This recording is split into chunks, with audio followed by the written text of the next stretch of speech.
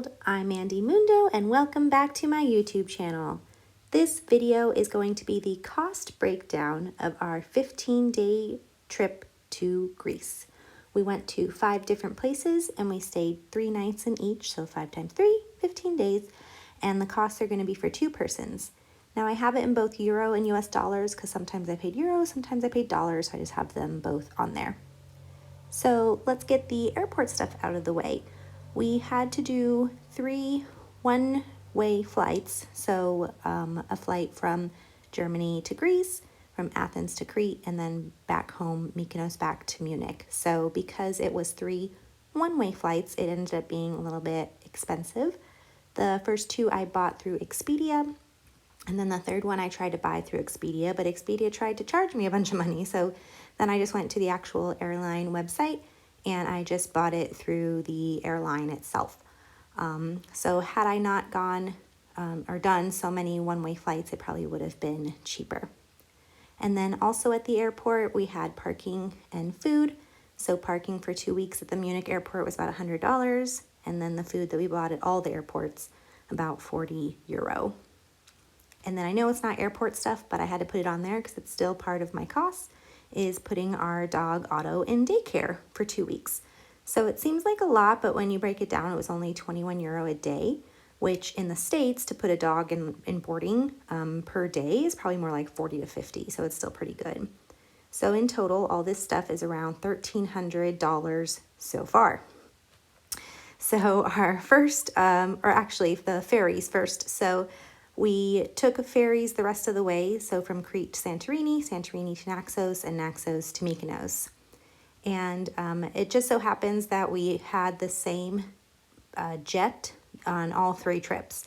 So that jet goes all the way from Crete up to Mykonos and back again in 1 day. So we were on the same boat for all 3 of our trips, and there's the cost of those. So the ferries were about $333. So this is a lot already just in flights and ferries, so our transportation.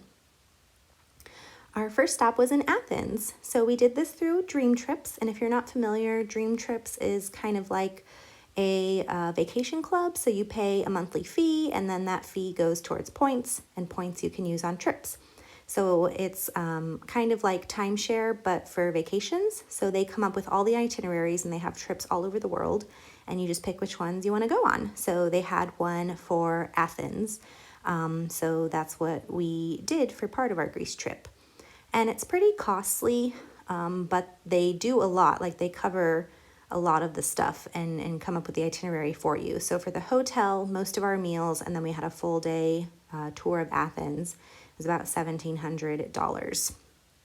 And then other stuff in Athens, so you have to pay a city tax, the metro from the airport, and then the taxi back to the airport. And the reason why we had to take a taxi was because there was a strike in Greece at the time.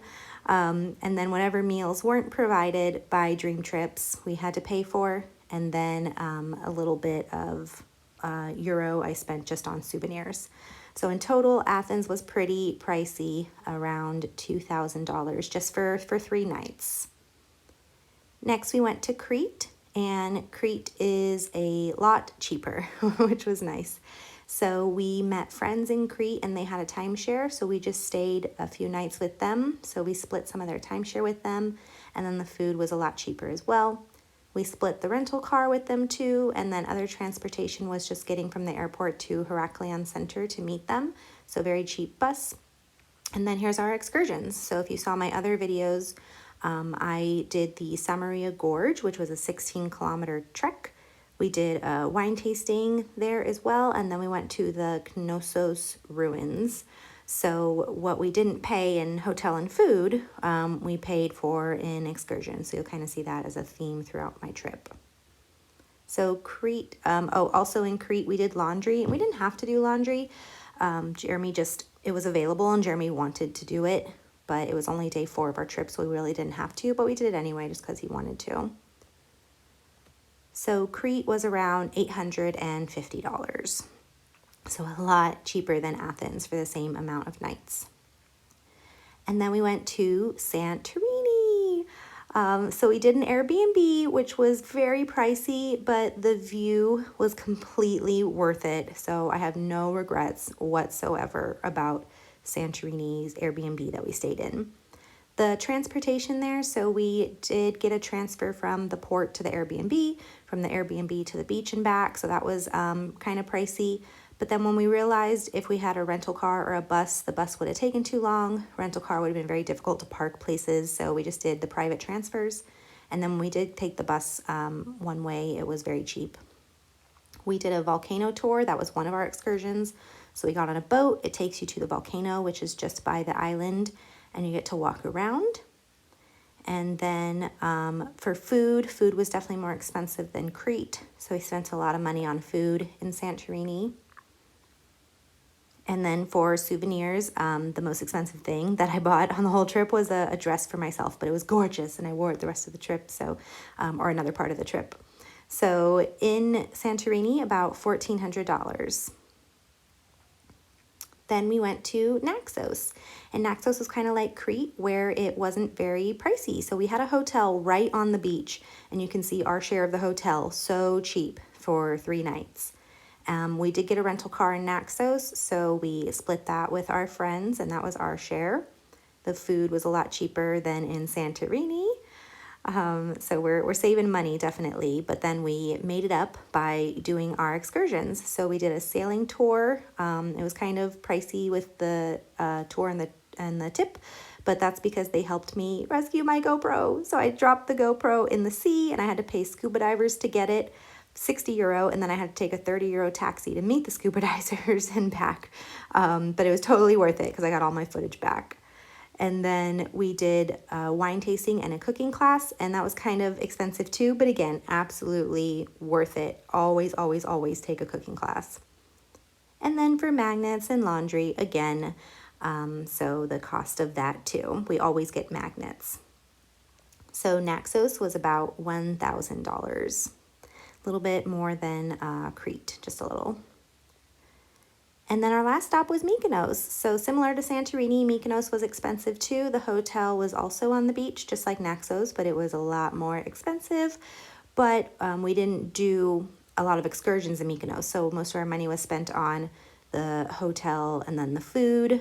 We did take the bus a couple times, but the hotel had a free shuttle, so we didn't have to pay for the airport transfer. But the food was pretty pricey, just like Santorini. And then we had a birthday celebration, so that cost money as well. And then the only souvenirs I bought were baklava and a magnet. So again, we spent most of our money just on hotel and food and drinks. So Mykonos was around $1,200.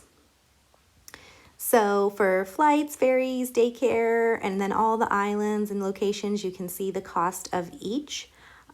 So when we add it all up, it definitely was very expensive for 2 people, but it was 15 days. I mean, conversely, when we went to Maldives for a week, it was almost the same cost of Maldives for a week.